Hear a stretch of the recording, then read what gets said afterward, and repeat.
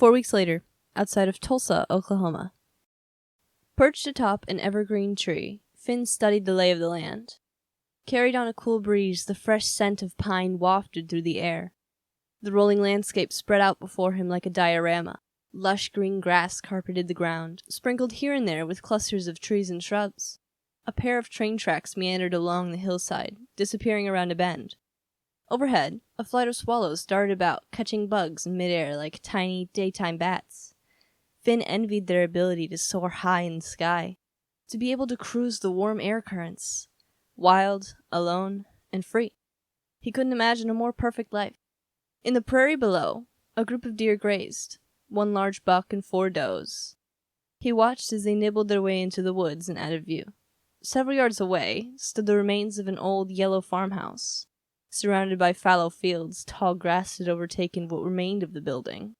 Weedy vines crisscrossed their tendrils around the outer walls, shrouding the building in a blanket of green. Beyond that stood the remains of a small barn. The wooden structure had collapsed long ago, leaving behind the rusty metal roof to rest on the ground as if it were the top of an underground bunker. A sudden blast of warm air exploded from the south. Whirling and churning, the gust caused the tree to sway. Clinging to the branch, he waited for the movement to subside. The air calmed. The steady, cool breeze returned. Finn turned his gaze toward the warm wind. Off in the distance, the leading edge of thick, gray clouds gathered. A storm was brewing. Returning to the clearing to join his friends, he found Zach and Cash were still busy playing a game of poker.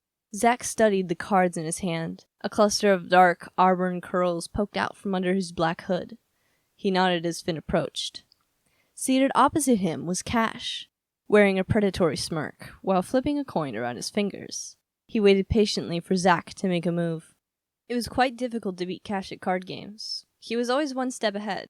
Over time, the others came to realize it was a losing proposition, so they avoided getting into challenges with him. Zach, however, could never accept defeat. He would win at some point, or he would die trying. Zach grimaced and peered up at Cash. "You better not have any cards up that sleeve of yours." Cash flashed an innocent smile. "Me? Nah, no need to cheat, I've already got you beat."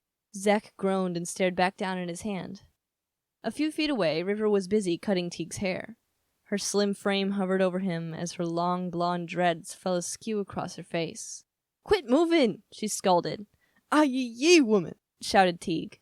"I ain't moving, you're yanking my head around." Finn smiled and sat cross-legged beside him. "Hold on," River said as she pulled her hair up into a ponytail. "All right, that'll make it easier." She lopped off a few sections of Teague's blonde hair, then paused and wagged the scissors at Finn. "Don't disappear. You're next." "I don't need a haircut," he protested. River shoved her fingers into the mop of wavy, dark brown hair on the top of his head. She tousled the unruly mess, then pushed it aside, exposing a blue eye. "It's grown past your eyes." She flipped the hair to the other side of his forehead, exposing an amber brown eye. "We only ever see one eye at a time anymore." Finn twitched his nose. "Maybe that's how I want it." "Well, letting your hair cover your eyes like that will mess up your eyesight. I'm cutting it, so get used to the idea, mister, and don't wander off." She glared, daring him to argue.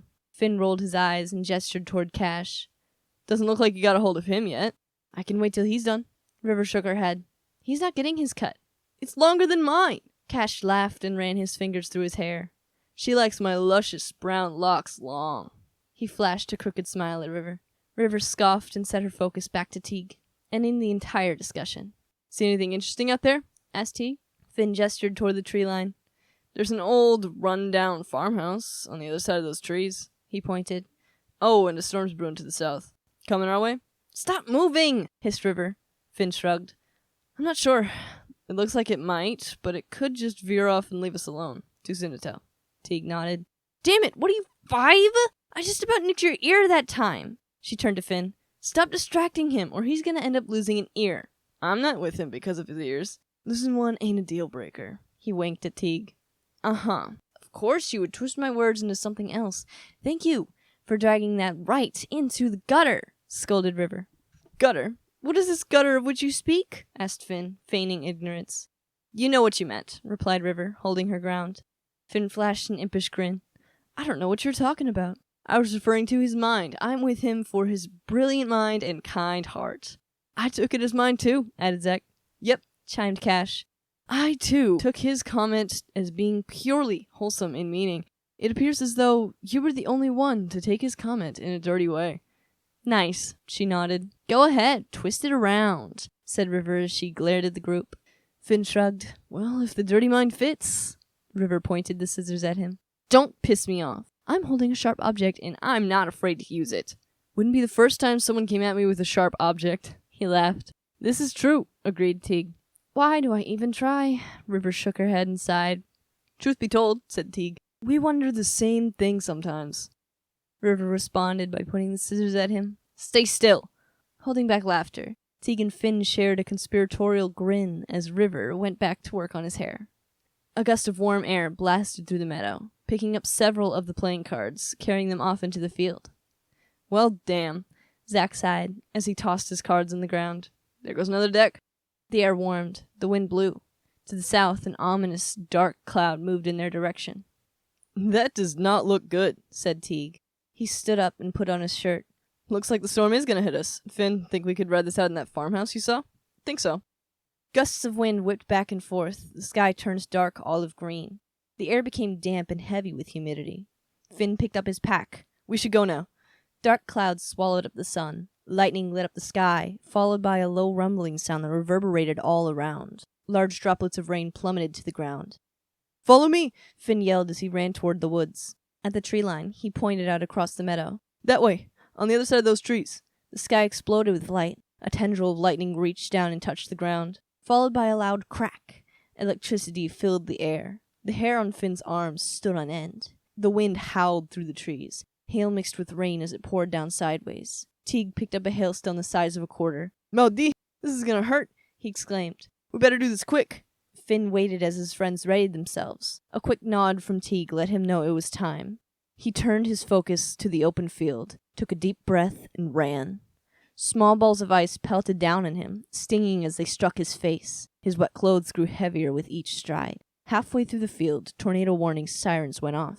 A flurry of movement erupted as the herd of deer burst into the clearing, trying to outrun the storm. Finn and the buck nearly collided. Unfazed, the deer sprinted past and disappeared. Lightning flashed, thunder rumbled. He ran full speed through the trees, emerging on the other side where the old farmhouse stood. A quick glance back assured him that his friends were holding their own. He pointed to the house. The others nodded and sprinted for shelter. Inside the building, panting, they dropped their packs and pushed back their hoods. Finn reached out to Teague and wiped away a small spot of blood on his left cheek. Looks like that one got me pretty good. Teague laughed. Everyone else okay? Asked Finn. Winded and soaked to the bone. They were all fine. Broken glass, animal feces, and building debris lay all over the floor. In the kitchen, holes in the walls exposed old paper-wrapped electrical wire and rusted iron plumbing pipes. The whole building smelled of dirt and animal urine. Outside, the wind raged, causing the old house to creak and sway. Hail pounded against the metal roof. Bang, bang, bang, like firecrackers. The siren continued to wail. Finn questioned whether the building could hold. Based on the looks on everyone's faces, they were wondering the same thing. The siren stopped. 4 loud beeps sounded over the speaker, followed by a calm voice stating, "Take cover immediately." Frantically, Finn and the others searched the house for a secure place to hide. From the kitchen, Teague shouted as he pointed out the back door. Buried beneath a mound of grass, an old concrete storm shelter sat hidden along the side of the house. They ran toward the structure. Finn grabbed hold of the rusty metal handle and pulled with all his strength. It moaned and bent, then snapped off in his hand. Still holding the useless piece of metal, he turned to his friends, hoping someone had an idea. Cash ran back inside the house and returned with a metal pipe. Here, he handed it over to Finn. After placing the end of the pipe over what remained of the handle, Finn pulled. The latch did not give. Zach stepped up beside him. Gimme. Grasping the pipe with both hands, Zach pulled. The muscles in his neck and arms strained. Blood vessels and tendons became more defined as he exerted every ounce of power he could rally. The rusty metal screeched in protest. Then, finally, the latch gave way. With another great yank, Zach hoisted open the door. Both he and Finn peered inside the hole. A foot of dirty water covered the shelter floor. The fetid stench of stagnant liquid violated Finn's senses. He recoiled and covered his nose. This was going to suck. He stepped back and looked around at his friends as the storm raged. There was no other choice. They had to go in. The speaker sounded its eerie warning one more time. A funnel formed in the clouds. Transfixed, he watched in awe as the fingers stretched down to touch the ground, ripping trees out by the roots, flinging them through the air like toothpicks.